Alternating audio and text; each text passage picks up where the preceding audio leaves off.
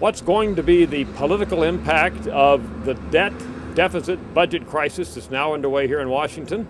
Well, we really don't know, of course, until some type of agreement is or is not reached, but nevertheless, we can look at what our current data say. And one conclusion that I would emphasize and underline is that Congress as an institution really can't get much lower in the eyes of the average American. First of all, look at Congress job approval. This is general approval for Congress, 18%.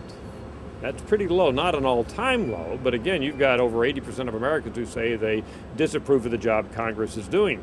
Look at this rating, confidence in institutions. Out of the long list that we gave Americans, Congress is, guess what, dead last at the very bottom of the list with only 12% confidence. By contrast, look at the military, which gets 78% confidence. So you can see how low Congress is in terms of confidence. What about honesty and ethics of members of Congress? Well, they get a 9 rating on our Gallup scale last time we asked that question, and that's not last. Car salespeople and lobbyists are slightly below congressmen on this honesty and ethics rating, but again, almost near the bottom of the list. Now, we did recently ask about Democrats and Republicans in Congress and whether or not in this debt crisis they are putting political interests or the interests of the country highest. And for both Democrats and Republicans in Congress, the American public overwhelmingly says they're putting political interest above the interests of the country.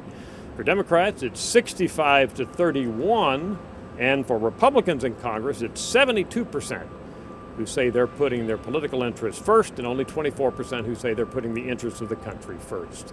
So all in all, when we look at what impact this may have on the people's body here, the House of Representatives, or Congress more generally, which would include the Senate, we simply don't find much evidence that it's going to get much worse because Americans already have a pretty dismal view of the people they elect and send off to represent them here in Washington. Now, on the other hand, maybe ratings of Congress will go up as a result of what happens here in Washington. As I mentioned, we're going to have to wait and see how this all plays out, and then we'll be back in the field measuring these images in the weeks and months to come. I'm Dr. Frank Newport, Gallup's Editor-in-Chief.